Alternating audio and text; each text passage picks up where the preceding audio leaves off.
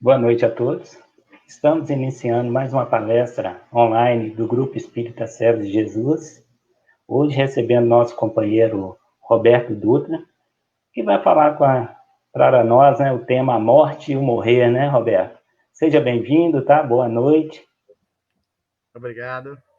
Eu que agradeço o convite que a casa me fez, porque toda vez que nós somos convidados ao trabalho, né, a oportunidade que a gente tem de quitar os nossos débitos, né, e promover principalmente essa doutrina espírita.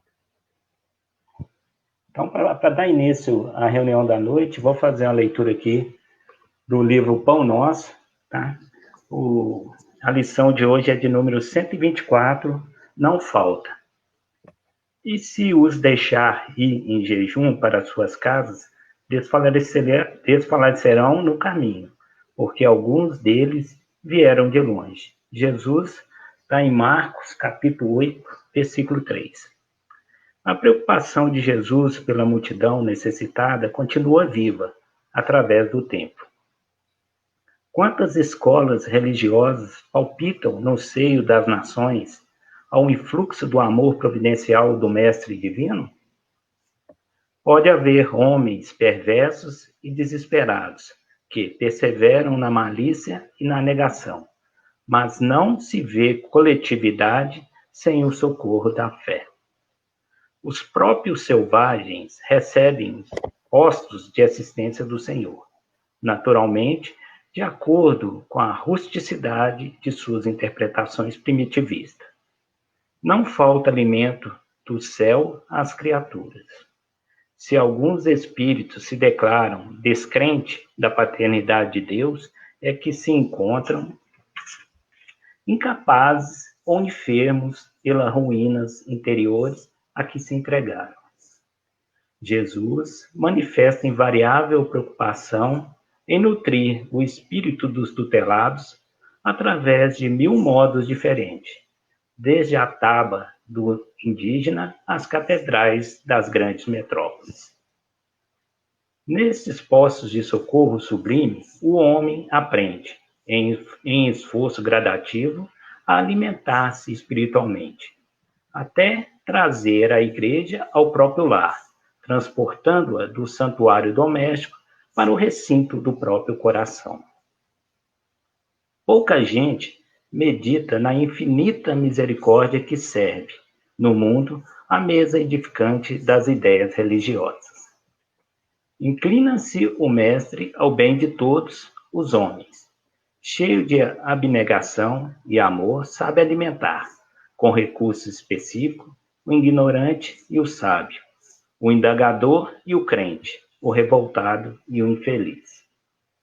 Mas, que ninguém compreende Jesus que, de outro modo, as criaturas cairiam, exaustas nos imensos despenhadeiros que marginam a senda evolutiva.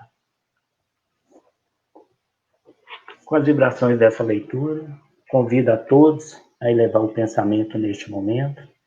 Podemos agradecer ao Pai Criador, à espiritualidade amiga do Grupo Espírita Servos de Jesus, pelo estudo da noite. Que possamos acalmar nossos corações, clarear nossa mente e captar todo esse estudo para nos fortalecer na caminhada evolutiva no qual estamos dispostos a realizar. Que a paz e a luz do Mestre Jesus possa entrar em todos os lares que estão conectados conosco nessa noite, amparando e colocando teu carinho, teu amor, tua paz no coração de cada um. Que assim seja. Roberto, te passo a palavra, boa palestra, tá? Qualquer coisa, estou aqui. Tá, joia. Muito obrigado, viu, Lázaro? Eu que Luciana também agradeço. fez contato aí com a gente, o João Geraldo que mandou o convite, né? Então, agradeço a casa por me dar essa oportunidade. Muito bem. Pessoal, né?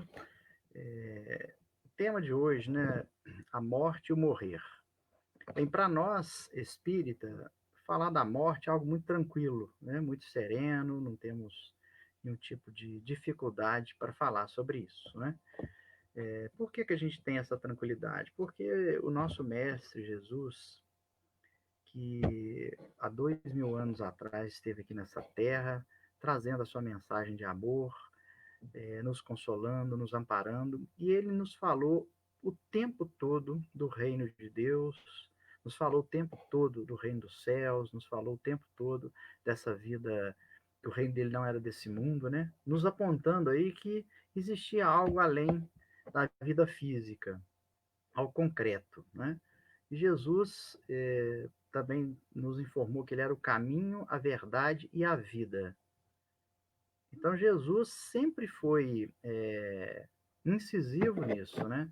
Ele orientou os seus discípulos, a todos aqueles que o ouviam, que não era para perder suas esperanças, não era para ninguém sofrer daquela forma, que era para as pessoas terem confiança em Deus, né?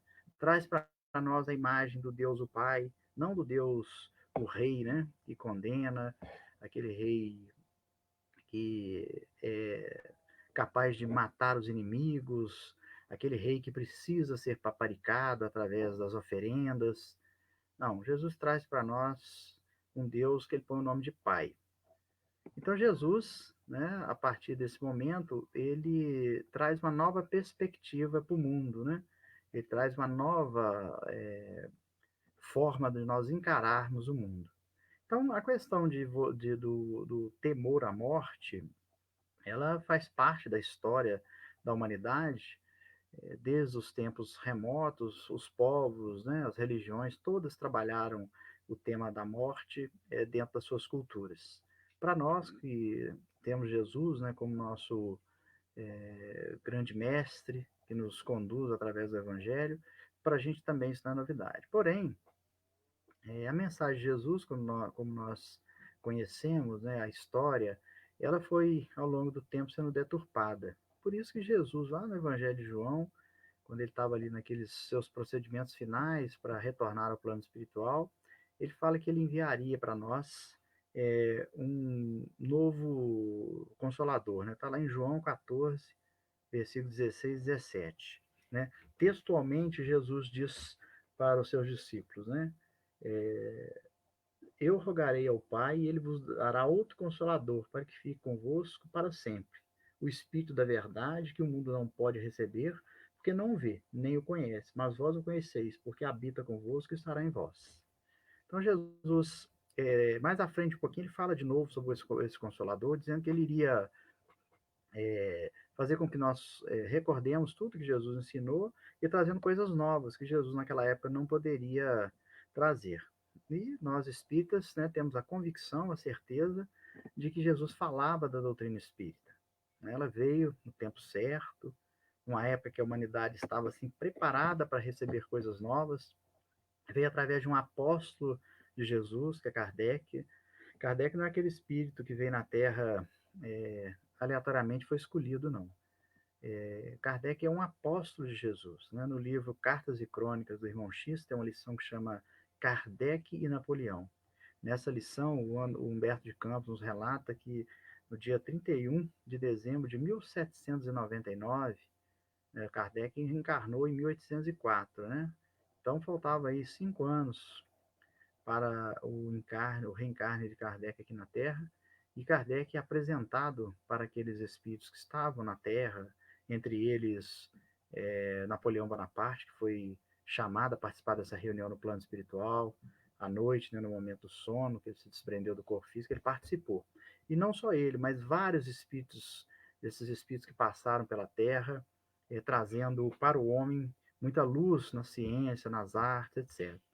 E ele é apresentado, né, aquela estrela brilhante que desce do céu e que é apresentado para todos eles como esse grande apóstolo de Jesus. E ele traz para nós essa doutrina que hoje é responsável pelo nosso consolo. Né? Então, quando nós conversamos sobre morte, no início, quando eu comecei no Espiritismo, eu tinha, às vezes, aquele ímpeto de discutir com as pessoas sobre a doutrina espírita, né? De tentar debater sobre o tema com as pessoas e tal. Com o passar dos anos, né, a experiência de vida vai chegando e a gente vai percebendo que para que você possa conversar com alguém sobre espiritismo, é necessário que a pessoa tenha dentro dela algumas bases já bem formadas. Porque se ela não tiver essas bases, a gente não consegue conversar a respeito da doutrina espírita, né?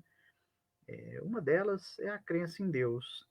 Então, como falar de morte para alguém que não acredita que Deus exista, ou se acredita, acha que Deus é um tirano, né? Consegue ver Deus sentado num trono, né? Barbas brancas, com um cajado na mão, e sendo adorado pelos seus súditos, sendo bajulado pelos seus súditos. Então, essa ideia de Deus, ela atrapalha muito no entendimento, na compreensão da morte. Essa ideia desse Deus leva as pessoas a dividirem o plano espiritual entre céu e inferno, né? E com uma passagem ali pelo purgatório. Isso também é um pouquinho complicado para que a gente possa conversar sobre espiritismo, é, na tentativa de explicar a morte, por exemplo, na visão espírita. Então, antes de iniciar essas discussões, as conversas a respeito disso, a gente precisa saber, até entre nós espíritas, né, porque nós não somos perfeitos, estamos todos caminhando, somos vindos de várias encarnações aí, às vezes em algum credo religioso, e nós temos ainda dentro de nós algumas marcas, né, dessas nossas peregrinações pelas várias religiões do mundo. Então a gente traz isso, né, esse atavismo dentro de nós, e a gente começa também, mesmo dentro do Espiritismo no início, a gente começa a ver Deus também como aquele que pune. Só que a punição do meio espírita é uma reencarnação difícil, é um umbral, né? É o sujeito tendo que passar por um processo expiatório complicado, deixa isso aí. Esses aí vamos ver só a próxima vez que eles voltar aqui na Terra. Vão voltar pobre, vão voltar doente, vão voltar isso, voltar aquilo. No entanto, esse também não é um entendimento que a doutrina espírita nos proporciona, né? Isso quando a gente pensa assim, né? Ainda pensava muito assim no início, ele traz para a gente ainda esse Deus do Velho Testamento. Mas o Deus que a doutrina espírita traz para nós é um Pai justo, misericordioso, bom, perfeito em todas as virtudes. Então, quando a gente tem dentro de nós essa ideia desse Deus, a gente compreende que tudo que acontece na Terra acontece pela bondade de Deus, pela justiça de Deus e pela misericórdia de Deus. Nada que acontece aqui na Terra não acontece sem a permissão do Pai. Mesmo essas coisas que nós consideramos criminosas, né, hediondas, todas elas acontecem porque Deus permitiu que acontecesse. E a doutrina espírita é que nos vai ensinar isso, né? A doutrina espírita, através dos seus princípios, aí, ela traz isso para nós. Então a gente precisa acreditar nesse Deus, para a gente entender todas essas nuances que a vida nos traz. Outra coisa também que precisa estar muito clara entre nós é a crença em Jesus, como Emmanuel traz para nós, o governador do planeta Terra. Jesus é o construtor do planeta, foi escolhido por Deus para nos conduzir. Então, quando Jesus veio aqui na Terra trazer o Evangelho para nós, Jesus falava por Deus. Ele era o porta-voz de Deus, ele era o arauto de Deus, ele era até médium de Deus, né? Trazia para nós as informações direto do Pai. Eu e o Pai somos um, já dizia Jesus. Então, eu preciso acreditar nisso, para que eu possa compreender esses fenômenos. E acreditar através do entendimento, né? Não mais através da imposição ou dos dogmas, né? Porque Jesus deu provas para nós e vive dando provas da sua condição de mestre.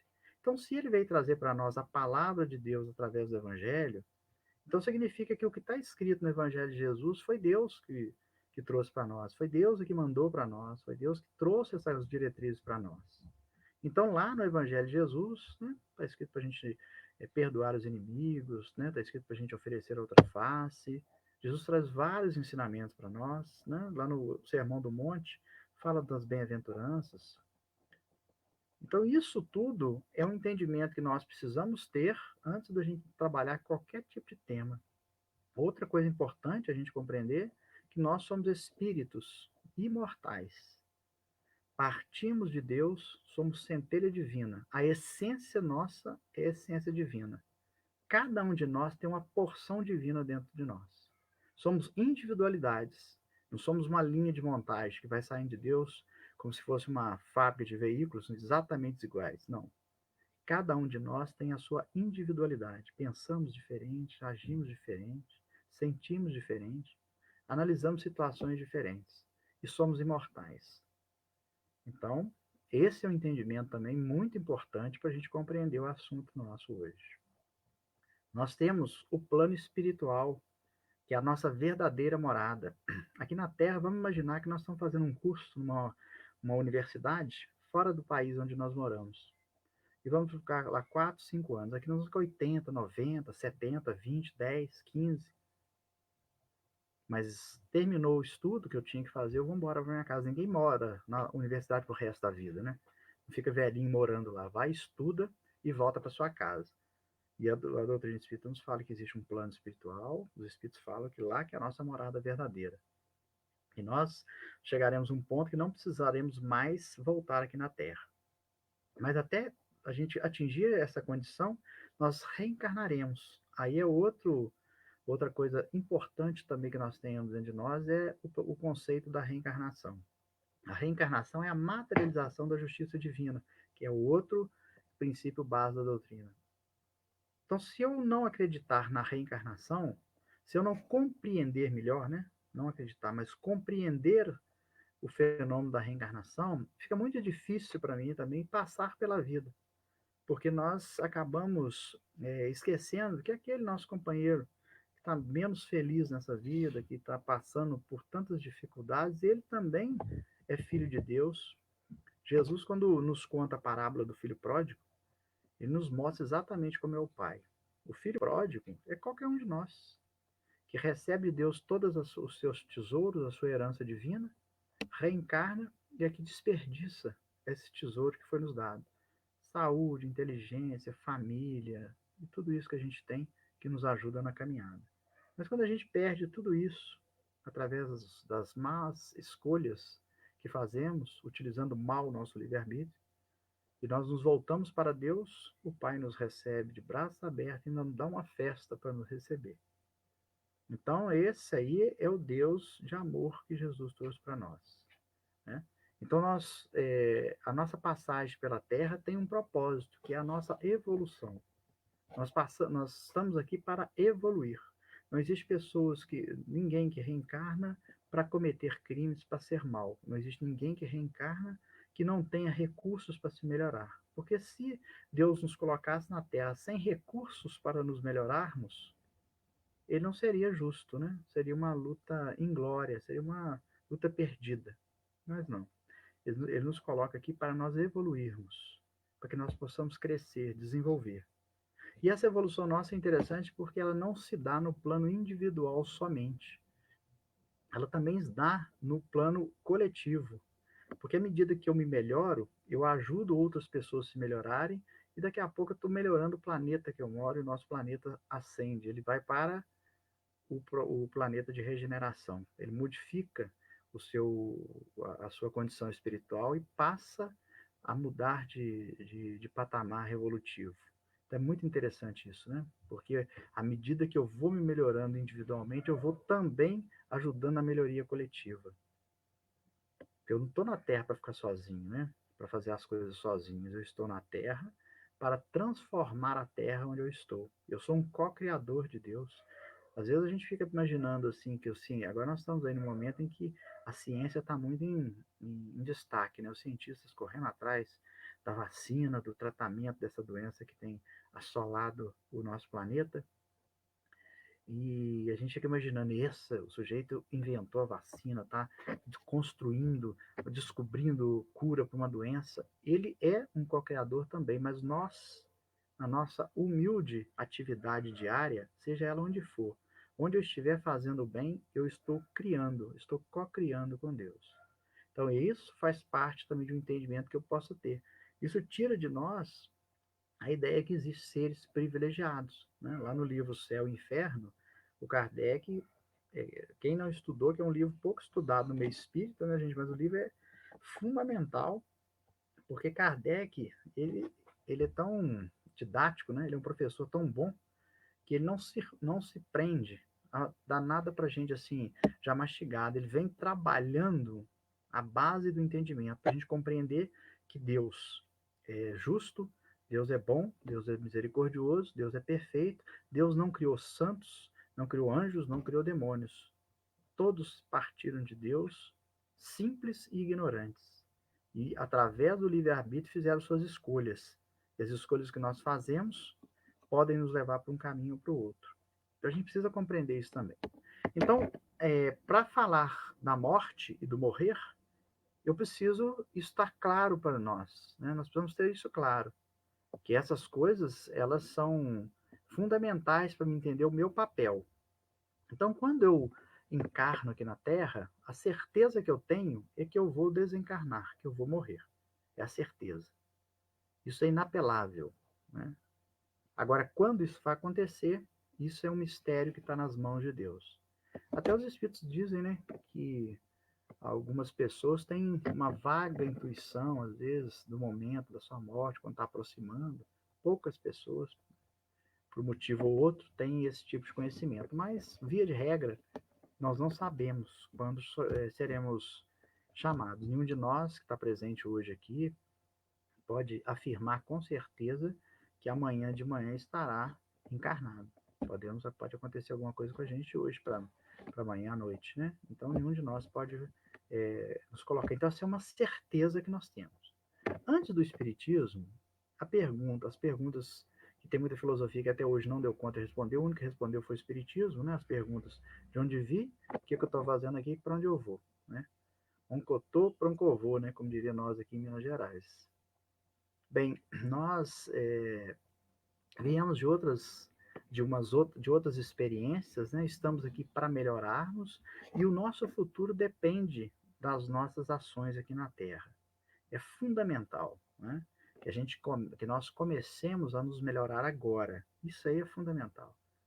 Porque os espíritos, né, quem trabalha em reunião mediúnica, já teve a oportunidade de ouvir os nossos companheiros desencarnados trazendo as suas experiências difíceis, né, no plano espiritual, o desencarne às vezes sofrido, e esses companheiros eles retornam aqui na Terra, né, pela misericórdia divina, não só para serem amparados, mas também para nos ajudar a entender melhor a vida. Então, nos dão a oportunidade de analisar as suas falas, as suas dificuldades e analisar se a nossa vida também as nossas atitudes não estão nos conduzindo para esse mesmo tipo de sofrimento que os companheiros estão. Então, nós precisamos, enquanto estivermos aqui vivos ainda, trabalhando, encarnados, né?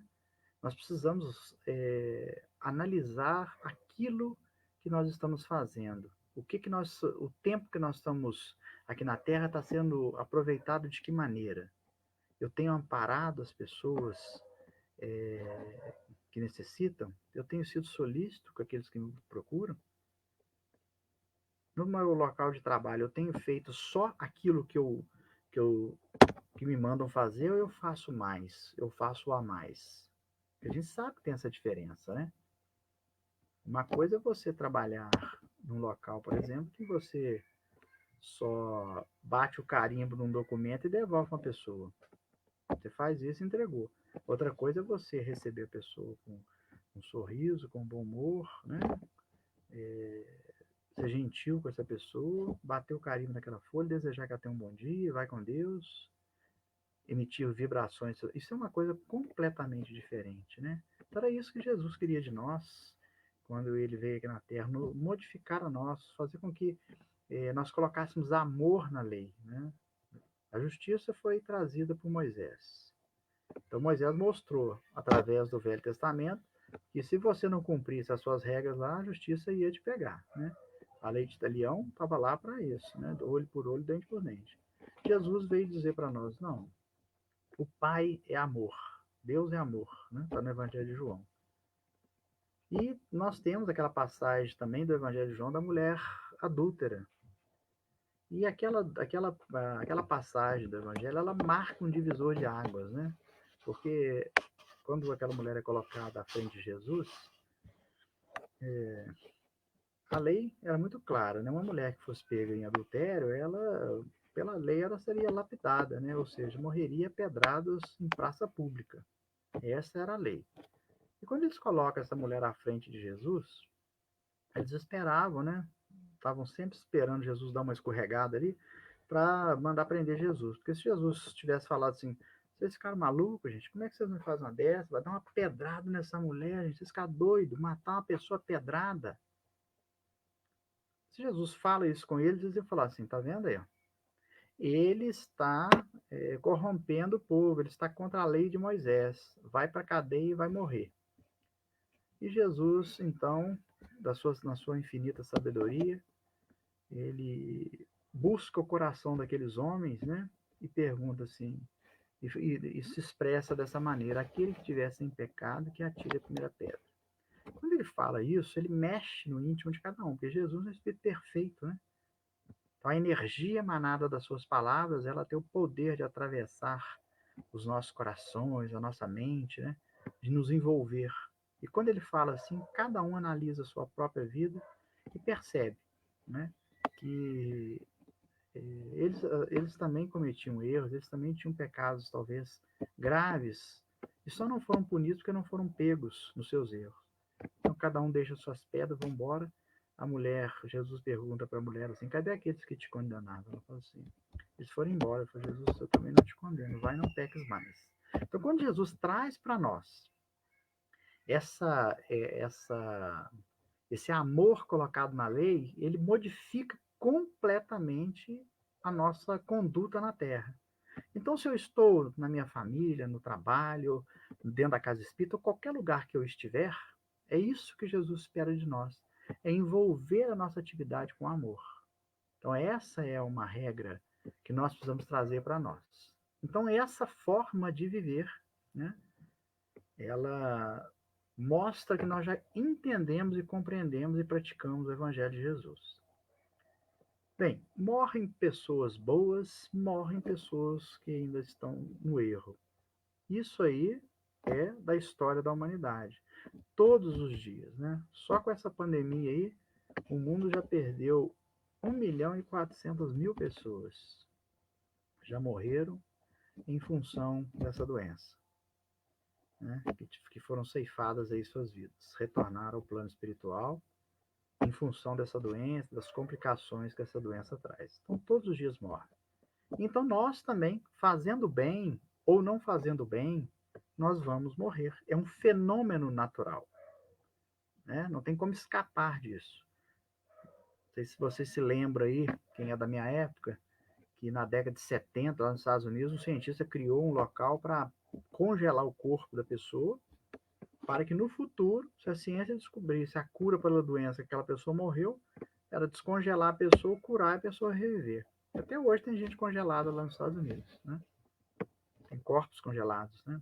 A gente nem sabe como é que o espírito está preso àquele corpo ou não, né?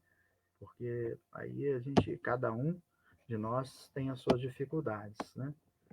Mas o certo é que todos vamos morrer. Então, quando nós espíritos tratamos desse assunto, a morte, nós não temos que nos preocupar assim, eu vou fazer o bem, quem sabe eu ganho uma moratória e fico mais uns anos na Terra se eu fizer o bem. Não.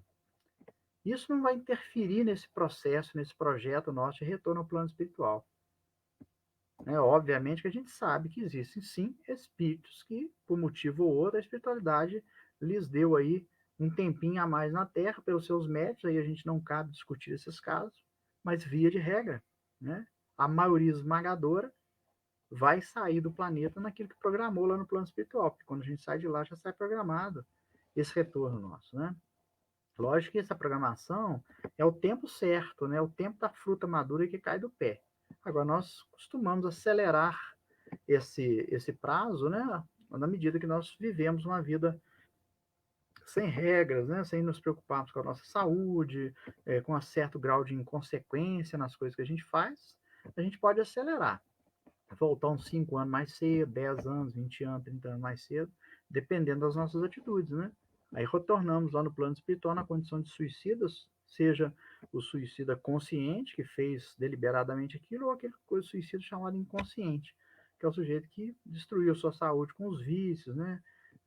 Com mau humor, com ódio, etc. Que isso vai, né? A ciência já mostrou que quando nós somos muito raivosos, vingativos, guardamos mágoa de tudo, qualquer coisa a gente fica melindrado, nós vamos descarregando no nosso organismo físico, né, nosso corpo físico, uma série de toxinas, né, que são produzidas pelo próprio organismo.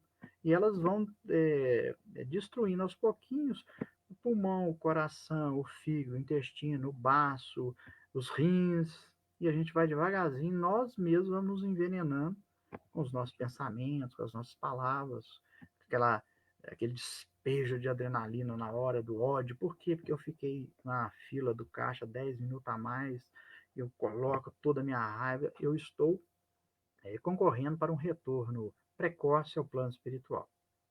Então, bem, para nós espíritas, é isso aí. Vamos todos desencarnar um dia e morrer. Não tem como, né? Bem, agora vem a segunda parte da nossa palestra, né? Que é e o morrer? Bem, aí nós entramos numa outra reflexão, né? Aí já é outra história.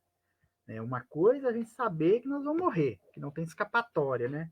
O corpo físico vai acabar, a energia animalizada que nos conduz, o fluido elétrico, né? Que é derivando do fluido cósmico universal, que mantém o corpo físico funcionando, né? Porque a gente sabe que quando à noite, quando nós dormimos, nos afastamos do nosso corpo e o nosso corpo continua funcionando. Então tem uma energia animalizada que faz esse corpo funcionar, faz o coração bater, faz ele respirar, faz os rins filtrar o sangue circular, o intestino funcionar, a bexiga funcionar, enquanto nós estamos lá nas nossas excursões à noite no plano espiritual e o nosso corpo está funcionando, né? Existe caso até da pessoa que morre já não tem ligação com o corpo mais, mas o corpo físico continua ali funcionando, o coração batendo, né? Os médicos hoje já falam de morte encefálica, uma série de formas aí de perceber. E existe casos que o espírito já se desligou do corpo, mas a energia fluida, animalizada, continua mantendo aquele corpo funcionando até um determinado momento, ele para. Então, essa energia, nós recebemos uma carga energética suficiente para viver, né, e produzimos também energia, essa energia fluídica, né, que nos mantém mais fortes, através da nossa alimentação, da vida que a gente leva, atividade física, etc. Nós estamos produzindo energia para nos mantermos, né? Mas a hora que a morte chega e se encerra. Então, o corpo físico morreu, esgotou, vai para debaixo da terra, lá ele é transformado e pronto, a morte ocorreu. Bem, agora e o morrer? Bem, aí somente a doutrina espírita traz isso para nós. As outras religiões falam o seguinte: você cometeu algum pecado grave, coisa grave, pesada, então, meu amigo, não tem jeito, é inferno mesmo. Ali você vai ficar por toda a eternidade queimando no inferno. Não tem reparação, não tem perdão, não tem nada. Não adianta arrepender, não. Você fez o mal, você foi um criminoso, cruel, acabou. Então, fala assim, ó, se você for um sujeito mais ou menos, como a maioria da população mundial, você vai para o purgatório e lá você vai depender ainda de que as pessoas que ficarem aqui na Terra fiquem ali rezando por você, e à medida que eles forem rezando, você pode ser cessado do purgatório. Foi até em função dessa história que se criaram lá aquelas indulgências lá na igreja, na Idade Média, né, que o sujeito pagava, falava assim, ó, eu vou morrer, eu já vou deixar umas 15 missas pagas de uma vez, e vocês rezam por mim, porque se eu estiver lá no, no purgatório, eu saia de lá. Então foi até criado em função disso. Ou então, se você for uma pessoa boa, você vai para o céu, né? Compra o seu lugar no céu e você vai para lá. Então esse tipo de pensamento, ele traz uma angústia muito grande para as pessoas, né? Uma série de coisas. Você pode pensar assim, puxa vida, eu tenho filho que eu amo meu filho ultimamente tem aprontado demais, né? O comportamento dele é complicado, mas eu amo meu filho, como é que eu posso ficar lá no céu, nas beatitudes, né? Aproveitando lá no céu, aquela maravilha do céu, e saber que meu filho está no inferno, eu não vou ter sossego lá, né? Eu não posso esquecer meu filho. Então gera na gente o sofrimento. E aquele sujeito que fez o mal, que alguém falou com ele, só meu filho, você não, isso aí que você, esse crime que você cometeu, acabou. Você vai direto para o inferno. O sujeito começa a pensar o seguinte: se eu já estou condenado ao inferno, por que eu vou melhorar? Qual que é o sentido de eu melhorar? Né? Eu já estou condenado mesmo. E aí ele acaba perdendo a oportunidade da melhoria. Então são conceitos que dentro da doutrina espírita não cabem mais. Né? Na doutrina espírita a gente já pensa de uma maneira diferente. Morrer, né? A forma de morrer, a qualidade do morrer vai depender única e exclusivamente de nós. Os livros do André Luiz, né, estão repletos de exemplos. Assim. Kardec fala muito sobre isso também na obra básica. O livro dos Espíritos, acho que já tem umas 30 perguntas, mais ou menos, aí, que fazem referência à morte, trazendo para a gente explicações a respeito disso. Né? Kardec fala para nós que no momento em que o nosso corpo físico morreu, né, o desligamento do perispírito, ou seja, quando nós nos desligamos do corpo físico, ele varia muito, né? Tem espíritos que, em questão de pouco tempo, alguns minutos, ele já está completamente desligado ali do corpo físico dele. Tem uns que demoram até meses e anos presos ao corpo físico. Vai depender muito da conduta desses espíritos. Todos os espíritos passarão por um período de perturbação. Ele até fala assim, é como se você acordasse assim, gente, onde é que eu estou aqui? Eu estou acabando de acordar aqui, onde que eu estou? Então, todos passam pela perturbação, mas aqueles espíritos mais equilibrados, evoluídos, o que vai acontecer com eles? Eles vão recuperar a lucidez mais rápido. Né? A André Luiz mostra vários casos desse jeito. Tem espíritos que desencarnam, estavam adoentados no hospital internados aqui na Terra, desencarnam, eles arrumam um hospital lá no plano espiritual para ele, para que ele não sofra um choque, né? Então, quando ele desperta ali daquela perturbação, né, após o desencarne, ele olha e está numa cama de hospital, tem pessoas de roupa branca, como enfermeiros e médicos atendendo, e ele fala assim, devo estar num hospital, né? Deve ter me transferido para um hospital, e devagarzinho, a espiritualidade vai conversando, vai explicando para ele que ele desencarnou, que ele não está ali mais, né? Que ele não está na Terra mais, né? E isso é quando ele tem esses merecimentos para isso. André Luiz já mostrou para nós casos em que o espírito ele desencarna, já tem lá obsessores aguardando e arrasta ele para fora e vai prender ele em cavernas, etc. e tal. Né? Isso aí, quando o espírito extremamente endividado, né? Ele vai passar por essa dificuldade. O que a gente precisa tomar cuidado para que a gente não crie o umbral como sendo um inferno, né? O umbral não é uma criação divina, porque de Deus só provém o bem. O umbral é um local, né, pela descrição que o André Luiz traz para nós, é extremamente escuro, frio, né, com árvores assim, em formas como se tivessem queimadas, torcidas, etc. Que você ouve gritos de animais, de pessoas ali, mas aquele ambiente ali é um ambiente criado pelas mentes criminosas, né, pelas mentes endividadas, pelas mentes que têm a sua consciência pesada pelas coisas que fizeram. Não é Deus que criou, né? O próprio André Luiz ficou 8 anos nessa região, até que o dia que ele resolveu fazer uma prece sincera, né? Quando ele olha para o lado, ele percebeu a presença do Clarencio, que era um dos ministros do nosso lar, e o Clarencio o levou até o nosso lar, e de lá ele, graças a Deus, achou o caminho dele, em função disso, ele trouxe tanta coisa para nós em parceria com o Chico, né?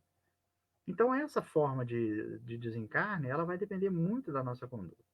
Bem, aí que é o pulo do gato para nós espíritos. Se eu sei que para eu desencarnar de uma forma mais tranquila, eu preciso me livrar das minhas amarras aqui na Terra, porque Jesus disse, aonde estiver o teu tesouro, aí estará o teu coração. Então, nós temos que começar a pensar no desencarne todo dia. Você já tem que começar a desencarnar todo dia. Em que sentido que eu estou falando isso? Bem, para quem tem filho, você já tem que começar a educar seu filho desde pequenininho para que ele não seja uma criança egoísta, né? Para que ele seja uma criança carinhosa com os animais, com as pessoas, que ele seja respeitoso, né? Que ele não tenha apego às coisas materiais, que a gente não faça dos nossos filhos simplesmente concorrentes nesse mundo que nós estamos aí. Ah, meu filho, você tem que se formar nisso, você tem que formar naquilo, você tem que ser isso, você tem que ser aquilo. Para conquistar isso, você pode fazer qualquer coisa, porque nós acabamos, na educação dos nossos filhos, nós vamos materializando essa criança, né? Ok, que o pai e a mãe têm a obrigação de buscar o melhor para o seu filho, na educação, na vida, isso aí é indiscutível, né? Inclusive a missão que o pai e a mãe têm é de educar seus filhos. A gente precisa tomar cuidado Porque quando a gente vê algum irmão nosso aí, por exemplo, na área da política, né, empresários, qualquer setor da sociedade se desviando do caminho certo, lembremos que ele foi uma criança um dia. Né? Um dia ele foi pequenininho, um dia Deus o entregou para seus pais como se fosse uma página em branco, para que só o pai e a mãe escrevessem naquela página, ensinassem os valores para ele e tal. Então a gente precisa preparar os nossos filhos para esse momento, que vai demorar, pode ser 80 anos, pode ser 90, mas desde cedo nos prepararmos para isso, né? Sem apego doentio ao pai ou à mãe, né? A gente sabe, toda família tem lá alguém da família que os filhos são aquele apego com o pai, que se o pai e a mãe morrer, eles morrem junto. Isso não está certo, né, gente? Nós espíritas temos que trabalhar esse desapego também das pessoas. Ensinar para elas que, ó, se eu desencarnar, se eu morrer, eu simplesmente vou na frente e te espero lá, nós vamos nos encontrar aí durante o sono, né? Você tem que continuar a sua vida. Se estava programado eu voltar primeiro, é porque precisava de voltar, né? Então nós precisamos preparar. Enquanto isso, nós também estamos, porque quando você educa, você é o primeiro a ser educado, né, na sua vida. Então o Kardec, quando ele faz aquelas entrevistas com os espíritos durante a época que ele estava codificando, né, ele percebeu que os espíritos sofreram demais com essa questão de apego às coisas materiais. Os espíritos ficaram presos aqui na Terra porque preocupados com a herança, né, a herança dele. E ele não pode fazer isso, né? Nós deveríamos estar preocupados com o nosso crescimento moral. Eu deveria estar preocupado na minha encarnação de não enganar as pessoas, de não ser uma pessoa desonesta com a minha vida financeira, né? De ser uma pessoa fiel, seja no casamento, mesmo que não seja casamento, fiel à minha consciência, né? Se hoje eu sei que eu devo respeitar as pessoas, hoje eu sei que eu não devo maltratar ninguém, hoje eu sei que eu tenho que ser educado com as pessoas, amparar quem precisa. Então que eu faça isso, porque quando eu deixo de fazer isso sabendo, eu estou ferindo a minha própria consciência. Eu estou traindo a minha consciência. Isso também levará para nós depois momentos de na hora do desencarne, a consciência pesada, né? Lembrando, eu podia ter feito isso, não fiz, né? Eu desencarnei brigado com a minha mãe, com meu pai, com meu irmão, com meu vizinho. Agora puxa vida, que bobagem. Agora que eu percebi quanta bobagem foi aquela briga, discussão à toa, troco de quê? Né? Quantas pessoas desencarnaram aí porque o vizinho lá fez uma cerca e pegou 30 centímetros aí do lote do outro, do terreno. Por causa disso morreram, um matou o outro, a família entrou naquela briga toda. Sendo que a terra é de Deus, né? Nós somos usufrutuários dela. Nada é nosso, né? Nada nos pertence. Jesus nos chama de mordomos, né? Mordomo é aquele que toma conta, mas não é dono. Ele usufrui, mas não é dono. Quando o seu senhor chega, ele pode mandar ele embora, pode dispensar ele. Porque ele é o mordomo, ele não é o dono. E assim somos nós, né? Nós somos mordomos das coisas de Deus, tomamos conta para Deus. O apartamento que eu comprei não é meu.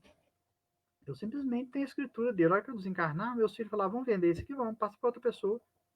Então o que era meu hoje é de outro.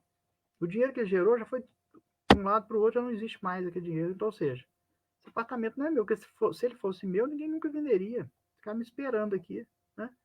Então nós temos que trabalhar isso em nós. A minha esposa não é minha, o marido não é seu, os filhos não são seus. Nós somos espíritos, estamos caminhando juntos. Um do lado desencarnou, o que ficou, nós vamos rezar por ele, se eu estiver no plano espiritual, para que ele seja feliz. E o que está aqui reza para que eu seja feliz e que a gente possa nos encontrar, que a gente possa ter a oportunidade, se Deus assim o permitir, que a gente continue a nossa jornada junto, trabalhando junto. Se ele falar que não, que é um para um lado para o outro, é porque Deus quer assim. Então nós temos que trabalhar isso, porque isso sim é uma qualidade melhor para nós. Uma das referências aí, quando eu recebi o estudo, foi em um capítulo do livro Libertação. Né? Esse livro Libertação, quem já leu, excelente. O capítulo da referência que eu recebi aqui, ele... não, desculpa. Esse aqui eu achei outra coisa nele. É Nobreza da Vida Eterna. Nobreza da Vida Eterna, o capítulo é o capítulo que fala sobre a serva fiel. Então fala de um espírito que estava trabalhadora de casa espírita, né, igual a gente aí mesmo, que lida na casa espírita, estava para desencarnar. Problema que ela estava passando. as companheiras desse espírito, né, que ela era líder de uma atividade na casa espírita, elas estavam naquela agonia, porque ela estava para desencarnar e todo mundo, ai meu Deus, se a Adelaide desencarna, quem que vai cuidar dessa tarefa? Ela é especial, ela é uma pessoa boa, ela faz isso.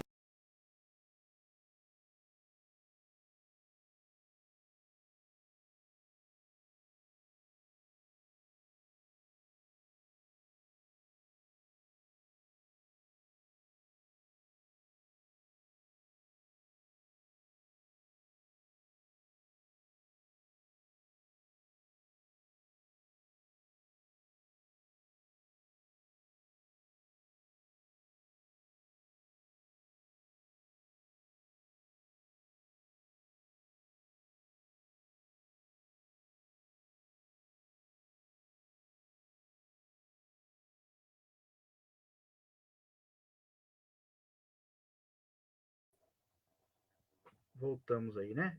Então, desculpa, a gente acha que teve algum probleminha aqui, caiu. Mas enfim, então, Adelaide, uma trabalhadora de uma casa espírita. A história dela é muito comum nas casas espíritas.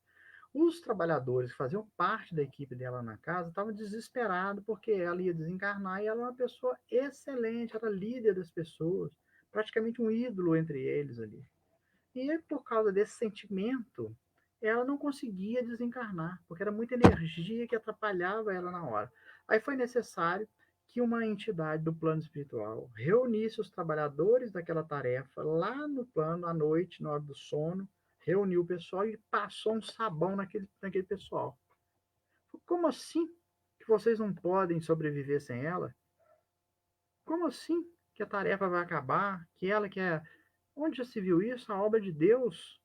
Vocês têm condições de fazer o trabalho, de fazer o serviço? Então, ela traz para a gente uma reflexão muito grande para nós com relação ao trabalho dentro da casa espírita, né? A gente precisa tomar muito cuidado com isso, porque às vezes nós temos muitas histórias de casas espíritas que acabaram, que fecharam, porque uma pessoa que era o líder da casa, ele desencarnou. Como era uma pessoa que não passava atividade para ninguém, que nunca teve confiança em outra pessoa para assumir as suas atividades, as responsabilidades, as pessoas, quando ele desencarnou, não sabia essa casa aqui é alugada, de quem que é? Ninguém sabia. Ah, pagou os tributos que tinha que pagar, ninguém sabia. Pagou conta de água, ninguém sabe, ninguém nunca viu a conta da água, da luz. A reunião, era ele que comandava, era a reunião mediúnica, ele que era o coordenador. Então, isso é uma grande lição para nós, né? E para quem está na liderança, para que ele forme líderes também, para que ele divida esse trabalho com as pessoas. Isso é uma forma de se preparar para morrer, né? Aquele morrer que nós precisamos. Porque quando a gente desencarnar, você já imaginou? Você no plano hospital olha para trás e fala, puxa vida, gente. Por causa desse meu apego ali, eu acabei deixando uma casa espírita fechar as portas. Eu acabei com aquele trabalho porque eu não passei para ninguém, não expliquei ninguém, não ensinei nada para ninguém. Agora as pessoas simplesmente abandonaram o serviço porque eu morri. Olha que coisa triste. Eu deveria ter formado líderes, eu deveria ter formado pessoas para dar seguimento àquele trabalho, porque eu poderia ter ficado doente. A pessoa sofre uma doença incapacitante, a pessoa vai para cima de uma cama, não consegue mais se deslocar, e aí? Como é que fica? Né? Isso também, por isso que nós falamos da família, né? As nossas casas, será que as nossas vidas estão todas certinhas, né? A documentação nossa está certa? Será que os nossos filhos, a nossa esposa, ou esposo, ou os irmãos, ou os pais sabem direitinho sobre o que fazer caso eu venha desencarnar? Como é que está a minha vida? Ou eu simplesmente falar, ó, morrer é problema de quem ficou. E aí, o castigo, entre aspas, que eu vou receber, é ficar no plano espiritual acompanhando todo esse sofrimento. Aí as pessoas começam. Fulano também, né? Aprontou. Por que não falou isso? Absurdo deixar a gente desse jeito. Aí a pessoa já começa a sentir desencarnado as vibrações de quem ficou encarnado. A gente sabe, já viu histórias aí contadas pelos espíritos, né? De pais que o castigo que ele recebeu da vida foi participar da partilha dos bens e os filhos ali naquele apego às coisas materiais, xingando a pessoa de tudo enquanto é nome, de tudo enquanto é tipo, porque a pessoa não tinha deixado a herança para mim, não deixou para outra e tal. Então nós, enquanto estamos vivendo, sabemos que a cada dia que passa, É como se tivesse com aquela ampulhetazinha e a areia caindo, né? Então, eu já estou com 53 anos de idade, então já passei da metade há muito tempo, né? Então, já sei que daqui para frente, eu já, como diz hoje, já virei o morro, cheguei no topo e agora já estou na descida. Então, a qualquer momento, né? Pode ser que eu seja chamado para isso. E eu não posso deixar minha família desorientada, né? O que fazer, contas, dinheiro escondido aqui, dinheiro escondido ali, que é confusão. Então, eu preciso me preparar para isso e deixar as pessoas mais tranquilas, porque eu vou precisar delas, né, gente? Elas é que vão rezar por mim. São elas que farão as preces por mim. Então, tem que pensar nisso também. E quando eu estiver lá no plano espiritual, eu não quero ter dor de cabeça com coisas da matéria. Eu não quero ficar lá pensando, pois é, o meu carro lá, vender o carro era 30 mil, vender ele por 15, é um absurdo, que carro bom daquele jeito. Eu tinha um lote aí, o que eles fizeram com o lote? O lote nem murado foi, o lote tá lá, abandonado. Eu tinha um livro que eu gostava muito, o pessoal vendeu o livro no bazar lá, baratinho, por R$ 1. Eu não gostaria, eu não quero fazer isso. Eu tenho que me preparar para não passar por isso, né? As minhas roupas, né? Olha só, doaram todas as minhas roupas. A gente precisa modificar isso.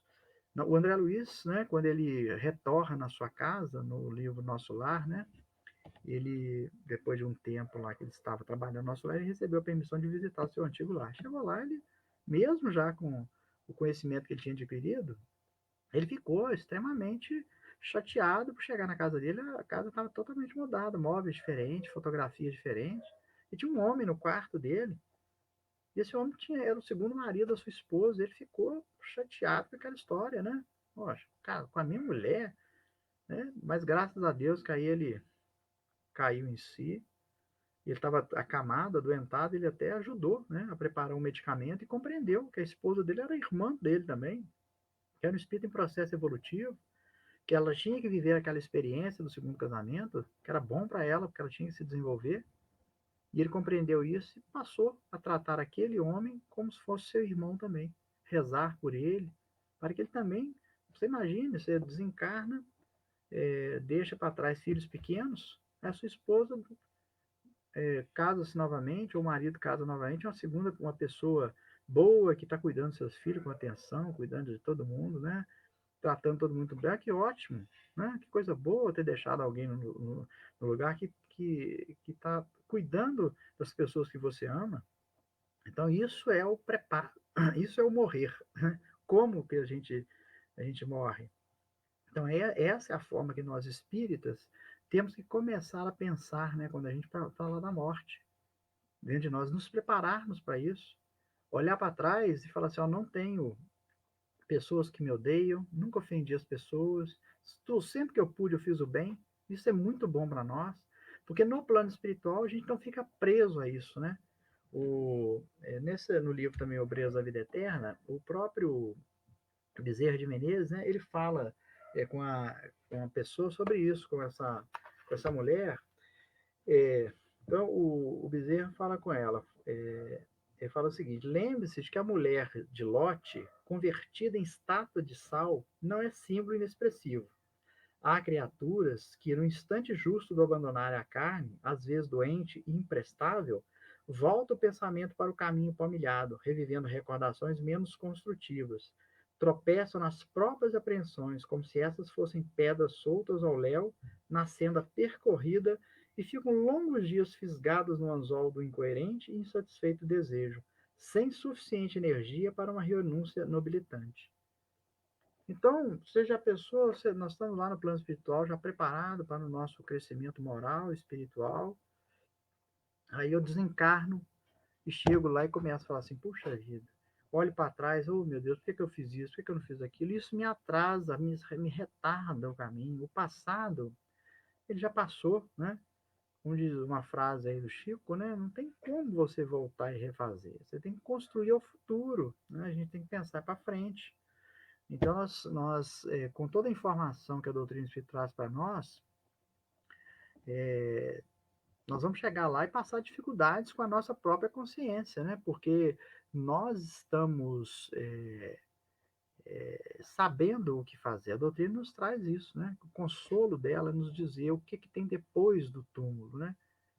nós temos lá uma vida inteira nos esperando, que as pessoas que nós amamos, nós encontraremos com elas novamente, né? Mais cedo ou mais tarde, nós estaremos lá com ela. E o tempo que nos resta aqui na Terra é um tempo para o trabalho. Nós vamos trabalhar o tempo todo. Aqui em Belo Horizonte, há uns anos atrás, uma senhora, acho que próxima aos 80 anos e tal, formou em medicina aqui em Belo Horizonte. Não sei se vocês vão lembrar do caso dela, alguns anos atrás.